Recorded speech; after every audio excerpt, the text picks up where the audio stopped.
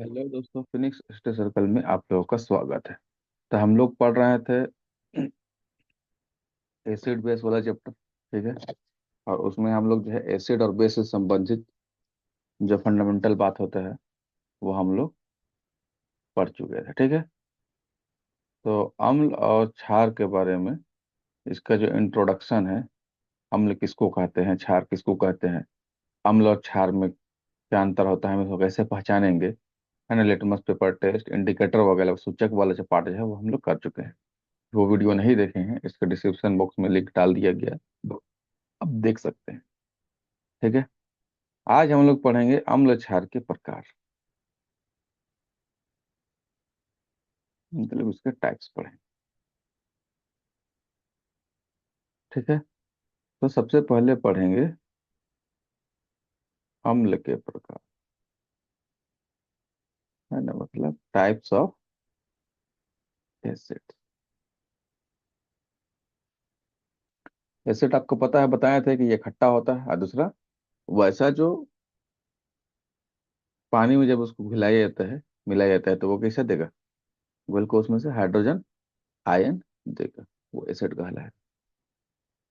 ठीक है। अब एसिड का टाइप क्या होगा? तो एसिड बेसिकली दो तरह का होता है। एसिड कितना तरह का होगा? दो तरह। ठीक है। एक को कहते हैं इनऑर्गेनिक एसिड। क्या कहते हैं? इनऑर्गेनिक एसिड, या कह लीजिए अकार्बनिक अम्ल, या इसी को कहते हैं मिनरल एसिड, या खनिज अम्ल हिंदी में। ठीक है। तो ये क्या होता है इनऑर्गेनिक अम्ल या खनिज अम्ल? ये क्या होता है? ये बेसिकली जो है ये सिंथेसाइज्ड एसिड होता है। ठीक है। जैसे hydrogen chloric acid, hydrogen sulphuric acid, HNO3, nitric acid, ये। ठीक है। और दूसरा जो टाइप होता है इसका, वो होता है ऑर्गेनिक एसिड, या कार्बनिक अम्ल।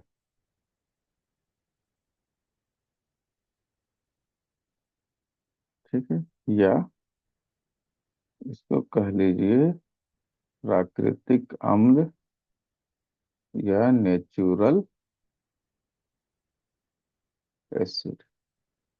और आप लोग को बताए थे नेचुरल एसिड क्या है, मतलब जो प्रकृति में पाया जाता है, नेचर में पाया जाता है, उसको एसिड। तो जैसे कुछ का हम यहाँ पर नाम लिख दे रहे हैं, जैसे टार्टरिक अम्ल, जो इमली में पाया जाता है। ठीक है। या फिर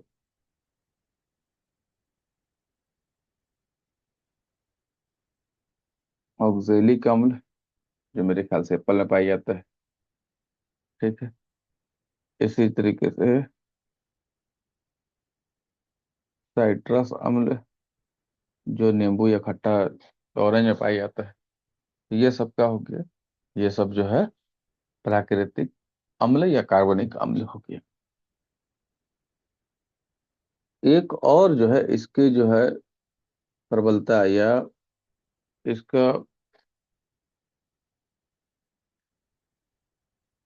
कितना पावरफुल है एसिड, उसके आधार पर जो है एसिड का टाइप है दो। एक होता है स्ट्रॉन्ग एसिड,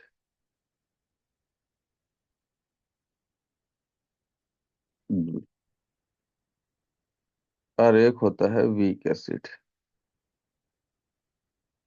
स्ट्रॉन्ग मतलब होता है कि प्रबल अम्ल, वीक मतलब होता है कमजोर अम्ल।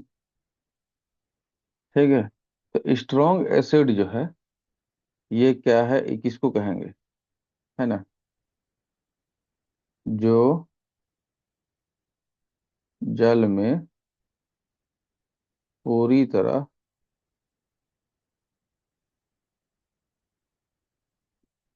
घुल जाए और आसानी से H प्लस आयन दे, उसको हम लोग क्या कहते हैं, स्ट्रॉन्ग एसिड। अब इसका जो एग्जाम्पल है वह है HCl, H2SO4 और HNO3, इस तरह का ही। ठीक है। मतलब जो आपका इनऑर्गेनिक एसिड पढ़ाए थे, अकार्बनिक अम्ल पढ़ाए हैं, वही इसका एग्जाम्पल है। मतलब स्ट्रॉन्ग एसिड क्या होता है, वही इनऑर्गेनिक होता है, ये मिनरल एसिड होता है। क्लियर है। चलिए, अब यहाँ पर देखिए वीक एसिड या कमजोर अम्ल जो है किसको कहेंगे, है ना।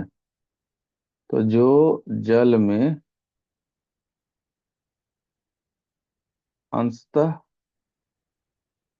घुलता है, मतलब पूरी तरह नहीं घुलता है, और H प्लस आयन आसानी से नहीं देता है। ठीक है। या कह लीजिए यहाँ पर इसको, ये ना लिखिए, यहाँ पर कह लीजिए H प्लस आसानी से, इसके जगह में इसको लिख लीजिए, ये ठीक है, ये रहने दीजिए, H प्लस आयन आसानी से नहीं देता है। ठीक है। तो यहाँ पर ये कह लीजिए कि जो OH माइनस देता है। ठीक है। चलिए, तो कौन सा है, तो इसका एग्जाम्पल है वही सब जो प्राकृतिक अम्ल है, वही इसका एग्जाम्पल है, जितना है प्राकृतिक अम्ल पाई जाता है। ठीक है, माना नेचुरल एसिड, ये नेचुरल एसिड का इसका टाइप है। उम्मीद है कि आपको समझ में आया होगा। अब नेक्स्ट हम लोग देखते हैं बेस के बारे में, है ना, टाइप्स ऑफ बेस या क्षार के प्रकार।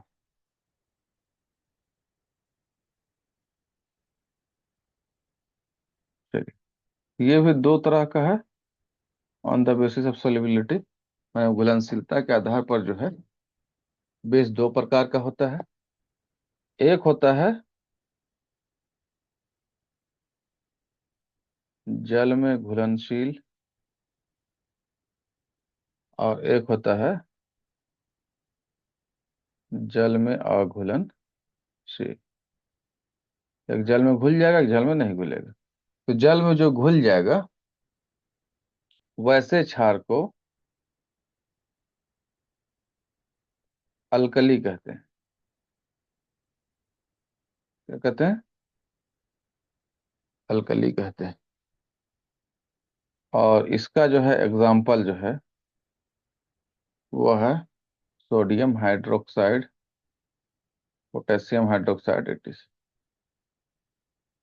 और जल में अघुलनशील है, ठीक है, तो उसका कुछ एग्जाम्पल है, और वो है अमोनियम हाइड्रोक्साइड, NH4OH, और अमोनियम NH3, ये सब क्या है, ये सब जल में अघुलनशील। तो घुलनशीलता के आधार पर जो है क्षार के दो प्रकार हैं, एक जल में घुलनशील और जल में अघुलनशील। जल में घुलनशील वाले को अल्कली भी कहते हैं, उसका एग्जाम्पल है सोडियम हाइड्रोक्साइड और पोटेशियम हाइड्रोक्साइड। ठीक है, इसी तरह से मैग्नीशियम हाइड्रोक्साइड भी जो है ये जल में घुलनशील ही होता है। ठीक है, तो जल में घुलनशील होगा वो वाला क्षार जो है क्या कहलाता है, बेस कहलाता है। अब यहाँ पर एक बात जान लीजिए, आगे भी पढ़ेंगे कि जब एसिड होगा और उसको बेस से हम लोग रिएक्शन कराएंगे या बेस में मिला देंगे, तो हम लोग को उससे क्या प्राप्त होगा, सॉल्ट प्राप्त होगा। ठीक है। और सॉल्ट कैसा होता है, वो उदासीन होता है। ठीक है, मतलब ये लवण प्राप्त होगा यहाँ। ठीक है। ये क्षार है, ये अम्ल है। देखिए एनसीईआरटी में एक बहुत अच्छा एग्जांपल दिया है कि जब आपको जो है ओवर ईटिंग करते हैं, मतलब ज्यादा खा लेते हैं, और जब एसिडिटी हो जाता है, कहते हैं ना एसिडिटी हो गया, मतलब अम्लीयता हो गया, तो फिर आपको अम्लीयता को दूर करने के लिए क्या देना चाहिए आपको। तो उसमें एग्जांपल दिया है जैसे कि विनेगर देना चाहिए,